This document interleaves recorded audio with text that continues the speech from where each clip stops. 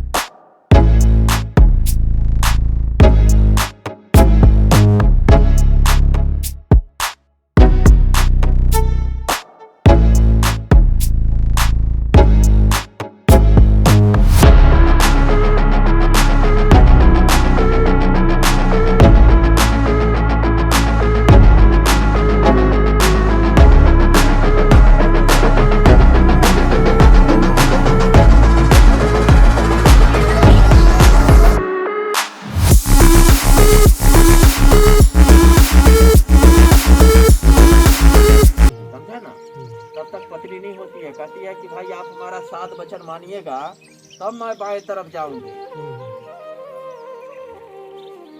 कन्या कहती है लव दो यसी त्वयमया भरता पुण्य चूदे कृते देवी संभुता नित्यमदिते में सदा दुखानि कर्माणि ही भवन्ति भवसौम्यं सदैव तम कन्या एक भी संबदेता। कन्या कहती है हे स्वामी, गृहस्थ आश्रम में पारिवारिक जीवन में सुख दुख आते जाते रहता है, आप शांत चित्त रहें। कन्या कहती है कि मैं बड़ा व्रत की पूजा की उपवास की आपके शरीर से हमको पति प्राप्त हुए। कन्या कहती है हे स्वामी, कोई भी परिस्थिति आए तो हम लोग आपस में सलाह करके विचार करके सब समस्या को हल करेंगे। आप अगर ऐसा करेंगे तब मैं आपके बाएं अंग में जाऊंगी। दूसरी बात कन्या कहती है वापिकुत्तड़ागानी यज्ञाज्ञा महत्रा नानुगेवदाबदेता। कन्या कहती है हे स्वामी, आज से आप कोई भी काम करेंगे, बाग बगीचा लगाएंगे, घर मकान बनाएंगे, यज्ञ करेंगे, कथा व्रता सुनेंगे, तीरथ व्रत करेंगे तो मेरे को साथ में लेकर के करेंगे, तब मैं आपके बाएं अंग में जाऊंगी। मैंने कोई भी कथा पूजा कोई भी काम करना है तो मेरे को साथ में लेकर के करेंगे, तब मैं आपके बाएं अंग में जाऊंगी।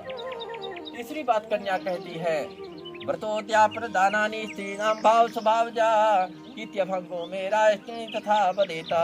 कन्या कहती है हे स्वामी, सभी स्त्रियां सोचती हैं कि हमारे घर में सुख शांति रहे, अन्न धन रहे, तो उसके लिए क्या करना पड़ता है? व्रत करना पड़ता है, पूजा करना पड़ता है, दान धर्म करना पड़ता है। कन्या कहती है कि हे स्वामी,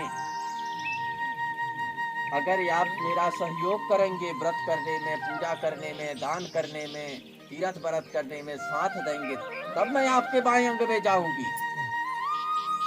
चौथी बात कन्या कहती है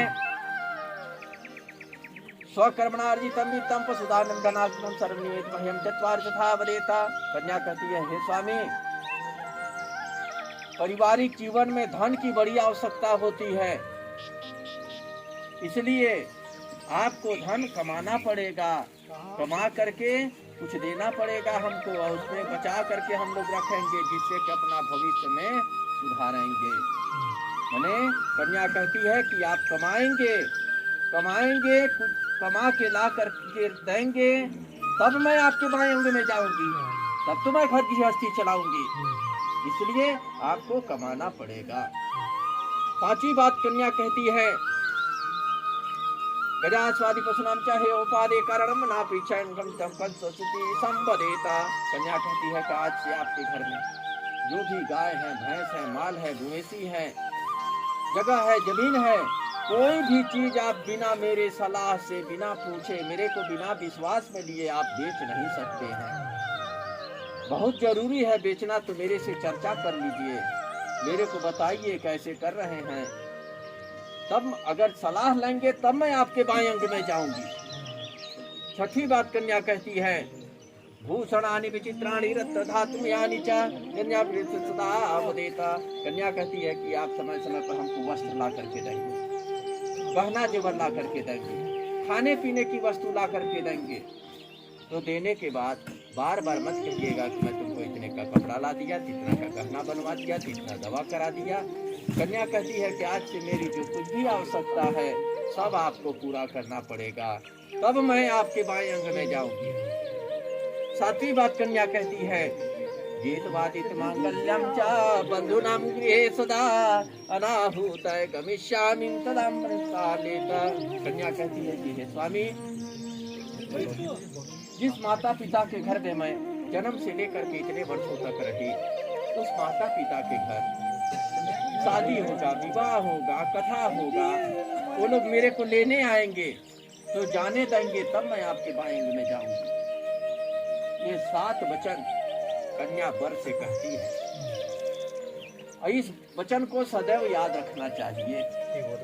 वर का कहना है कि मैं तुम्हारे 7 वचन को तो मान लूंगा, लेकिन तुम ही हमारे 5 वचन को मानो। माने मैं तुम्हारा 7 वचन मानता हूँ, तो तुम हमारे 5 वचन को मानो। क्या है?